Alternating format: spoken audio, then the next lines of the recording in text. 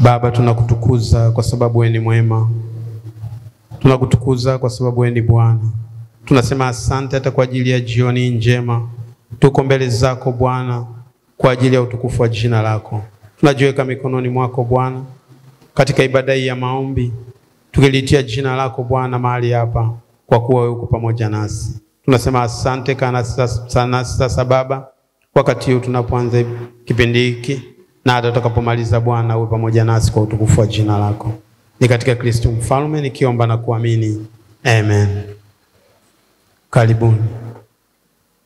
Bwana Yesu asifiwe. Bwana Yesu asifiwe sana.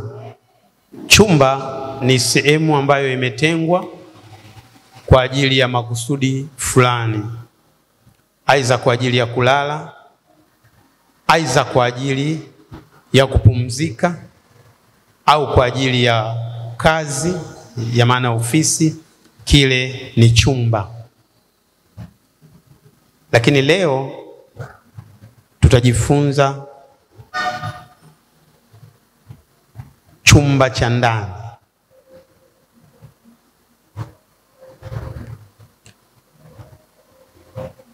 Tukisoma Mathayo 6 mstari wa 6,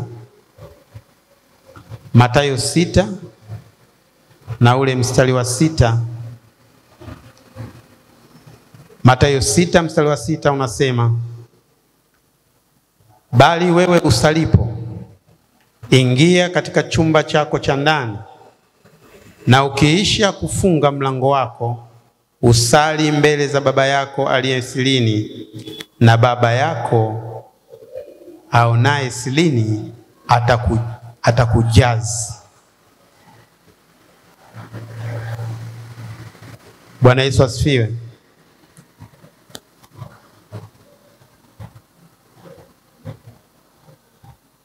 Chumba cha ndani ni maombi ambayo unaongea na Baba yako wa mbinguni. Chumba cha ndani ni maombi ambayo unaongea na Baba yako wa mbinguni na kumpa haja zako ili akujazi. Akujazi na maana ya kwamba akupatie kile ambacho unakiomba. Na ukiwa na ujasiri wa Yesu Kristo ndani yako, unashinda yote na zaidi ya kushinda. Hiyo maombi ya chumba cha ndani ni maombi yako wewe baina yako na Mungu wako katika maongezi yenu. Unapokuwa katika chumba cha ndani au unapokuwa na maombi ya silini na wewe na Baba yako. Kuna wengine wanapenda kuomba maombi ya aina hii wakiwa usiku mwingi. Kuna wengine wanapenda kuomba maombi haya wakiwa mbali na mji. Na kuna wengine wanapenda kuomba maombi haya wakiwa sehemu ambayo ina utulivu. Na mara nyingi unapopata sehemu ya kuomba maombi ya aina hii, yanahitaji utulivu ili uweze kuongea na Baba yako. Kwa hiyo mara nyingi watu wengi tuna maombi ambayo tunatumia akili. Yaani tunatumia akili zaidi, ufahamu wetu. Unapoingia maombi haya ya chumba cha ndani, mkaribishe Roho Mtakatifu ndani yako ili aweze kukupa nguvu ya kuomba na kukusaidia kuongea na Baba yako. Maombi ya chumba cha ndani kuna uzima na uponyaji na nguvu na uwezo wa Mungu unakuwa ndani yake, kwa sababu mara nyingi unakuwa katika maombi ya utulivu. Maombi haya unapoomba unakuwa umejikita katika uwepo wa Roho Mtakatifu ndani yako. Kwa sababu unapokuwa unaomba pale, akili yako ya kibinadamu inakuwa haipo, na Mungu anakupa nguvu mpya ya kuweza kuomba. Yesu Kristo ni chumba cha ndani. Yesu Kristo ni chumba cha ndani. Kuna ndugu yangu mmoja alikuwa akitaka kuomba, anaingia chumbani, anachukua kiti kimoja anaweka hapa na kitu kingine anaweka hapa. Anamwalika Yesu Kristo pale, anamwambia njoo nisemezane na wewe. Anasemezana naye pale, anamwambia haja zake.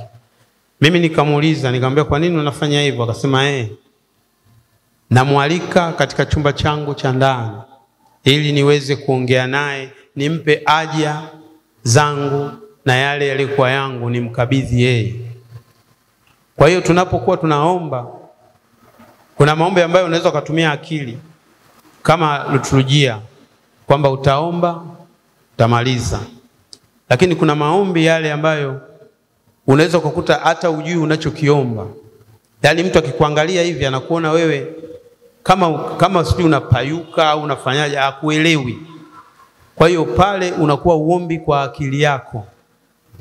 Roho wa Bwana yuko ndani yako, ndio anaomba pamoja na wewe. Kwa hiyo watu wengi makanisani sasa hivi tuna maombi ya aina hiyo. Tuna maombi yale ambayo mtu anaomba tu kwa kutumia akili na ufahamu wake na anamaliza na anaenda. Lakini kuomba katika roho na kweli inakuwa ni ngumu, kwa sababu watu wengi hawajasimama katika huko. Bwana Yesu asifiwe. Bwana Yesu asifiwe sana. Ukiwa na Yesu Kristo una chumba cha ndani kwenye maombi yako. Jitahidi mkaribishe Yesu Kristo kila unapopiga magoti, unapoomba, ili uweze kumkaribisha, kwa sababu yeye ni chumba cha ndani. Kaa naye, mweleze haja yako, naye atakujibu, atakupa majibu ya kile ambacho unakiomba. Bwana Yesu asifiwe. Kila tunapoomba tusiombe kwa kawaida.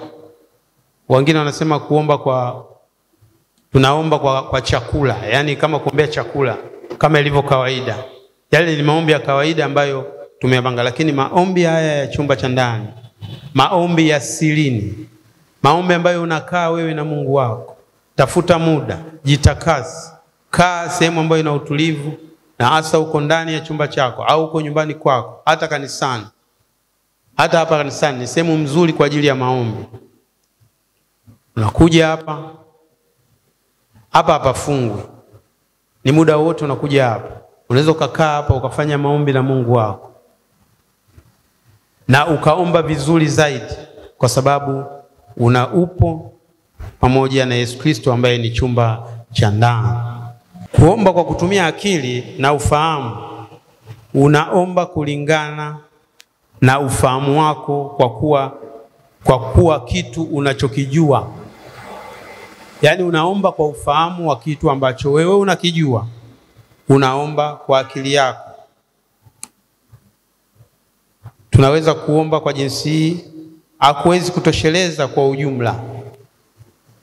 Yaani uombaji ule kwa kutumia akili yako, unaomba kwa kutumia akili, kwamba unaomba hiki, sio uombaji mbaya, ni uombaji mzuri, kwa sababu unajua ni nini kile ambacho unakiomba. Karibisha Roho Mtakatifu ndani yako ili aweze kuomba na wewe kwa kuugua.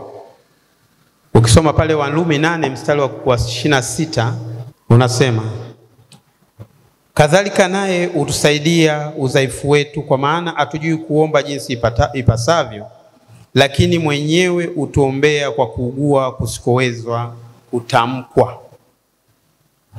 Kadhalika Roho naye utusaidia udhaifu wetu, kwa maana hatujui kuomba jinsi itupasavyo, lakini Roho mwenyewe utuombea kwa kuugua kusikoweza kutamkikwa. Isingewezekana sisi kwa ajili ya akili zetu za kibinadamu kufahamu nini tunaomba kama inavyotupasa. Kwa vyovyote ningeweza kufahamu kuhusu mambo yote yanayonikera mimi, lakini kuomba kwa ajili ya mahitaji binafsi na kuomba kwa ajili ya uchache huo ulio upeo ambao wengi ukomea. Yaani wengi tunakomea hapo kwamba shida yangu hii na hii na hii na hii, ukimaliza umemaliza maombi hayo. Lakini Roho mwenyewe anasema utuombea kwa kuugua kusikoweza kutamkwa. Yaani kwa maana nyingine kusikoweza kutamkwa kwa maneno dhahiri. Kuna maneno dhahiri. Yale maneno dhahiri ambayo mimi nikiongea wewe unaweza ukayasikia, yale maneno dhahiri. Ya kwamba katibu kaongea maneno haya dhahiri, lakini kuna maneno yale ambayo hayawezi kutamkika. Yaani kutamka kwa lugha kwa kawaida haiwezekani. Maneno ya dhahiri maana yake yale maneno ya kawaida yanayoweza kueleweka. Kwa hiyo kuna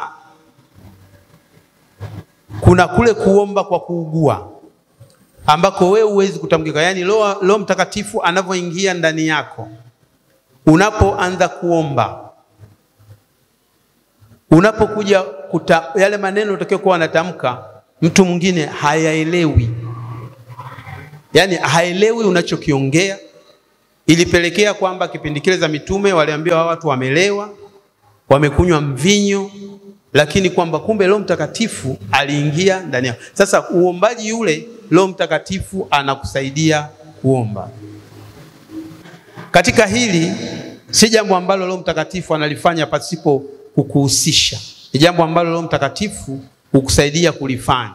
Roho Mtakatifu akutumwa duniani kufanya jambo lolote yeye mwenyewe pasipo kujihusisha na wewe. Anakuhusisha. Na wewe unapompokea Roho Mtakatifu ndani yako, na akaingia akakusaidia kuomba kwa kuugua, maombi yale unayoyaomba ambayo mtu mwingine wa karibu anaweza akakushangaa, akasema huyu ana nini? Kuna sehemu zingine ukienda wanakuambia kwamba hawa watu labda anaweza kwambia huyu ana pepo ni hiki, anakiongea kitu gani? Lakini hajui kwamba Roho Mtakatifu yuko ndani yako. Au kwa lugha ya kawaida kwamba unanena kwa lugha. Lini mpendwa ulinena kwa lugha? Lini katika maombi yako ulinena kwa kuugua ukanena kwa lugha? Jitakase mbele za Bwana, jitakase mbele za Mungu. Mwambie Mungu akuwezeshe, akujalie, akupe nguvu ya Roho Mtakatifu akae ndani yako, ili utapoingia kwenye maombi yako ya chumba cha ndani, akupe nguvu ya kunena kwa kuugua. Kwa hiyo katika maombi yako mruhusu Roho Mtakatifu akae ndani yako. Ndio kaandika Yohana 14 mstari ule wa 16. Nami nitamwomba Baba, naye atawapa msaidizi mwingine ili akae nanyi hata milele. Msaidizi ni nani kwetu? Msaidizi ni Roho Mtakatifu ambaye atakaa ndani yetu milele. Yaani tunaye milele. Ukimkaribisha Roho Mtakatifu ataingia. Mkaribishe Roho Mtakatifu katika maombi yako. Yaani unapopewa msaidizi, yaani sio mwenye wajibu wa ile kazi. Wewe ndio mwenye wajibu wa ile kazi. Na kwa sababu wewe ndio wajibu wa ile kazi, yupo pale yeye kukusaidia kuitenda kazi ipasavyo. Roho Mtakatifu atafanya kazi ya kuomba badala yako. Yaani atakusaidia wewe unapoanzisha kazi. Yaani unapoanzisha kazi, yeye na yeye anakusaidia. Ndio maana ya usaidizi. Yaani msaidizi sio unampa majukumu yote yeye, apike yeye, afagie nyumba yeye, afanyaje kila kitu. Msaidizi ana package ana kipande chake cha wewe kukusaidia. Unapoingia kuomba, anza hata kwa kuimba nyimbo za tenzi ambazo zitakuingiza katika uwepo. Unajua kuna watu wengine akifika kuomba tu anaanza tu anaomba tu anaenda tu. Sasa ita kwanza uwepo wa Roho Mtakatifu. Ita kwanza uwepo wa Roho Mtakatifu katika maombi yako, ili Roho ashuke aweze kukutia nguvu ya kuweza kuomba. Na ukiomba kwa kunena kwa lugha, lazima utaomba kwa muda mrefu. Ukiomba ukiwa Mungu akupe uwezo wa kunena kwa lugha, uombe kwa muda mrefu. kwa sababu auombi maombi ya kwa akili yako. Roho Mtakatifu atakaposema sasa basi ndio utaacha. Tuliingia kwenye kanisa moja siku ile, tulikwenda kwenye hilo kanisa. Mtumishi wa Mungu aliposimama akaanzisha wimbo wa kuabudu. Tulipoabudu, Roho Mtakatifu akashuka. Aliposhuka, kanisa lote likawa linanena kwa lugha. Na ndio ikawa ndio somo lenyewe na ibada yenyewe ndio ikawa hiyo. Na Roho Mtakatifu anaposhuka katika ibada, uwezi ukamzuia. Hata utakaposema amina, uwezi ukamzuia. Watu waliendelea kunena kwa lugha na Roho Mtakatifu akawahudumia, na walipomaliza saa za ibada zimeisha, watu wakaondoka. Kwa hiyo tuombe sana tunapoingia kwenye maombi. Jitakase, omba Mungu akuwezeshe, Roho Mtakatifu akae ndani yako, uweze kuomba kwa kuugua usikoweza kutamkika. Bwana Yesu asifiwe.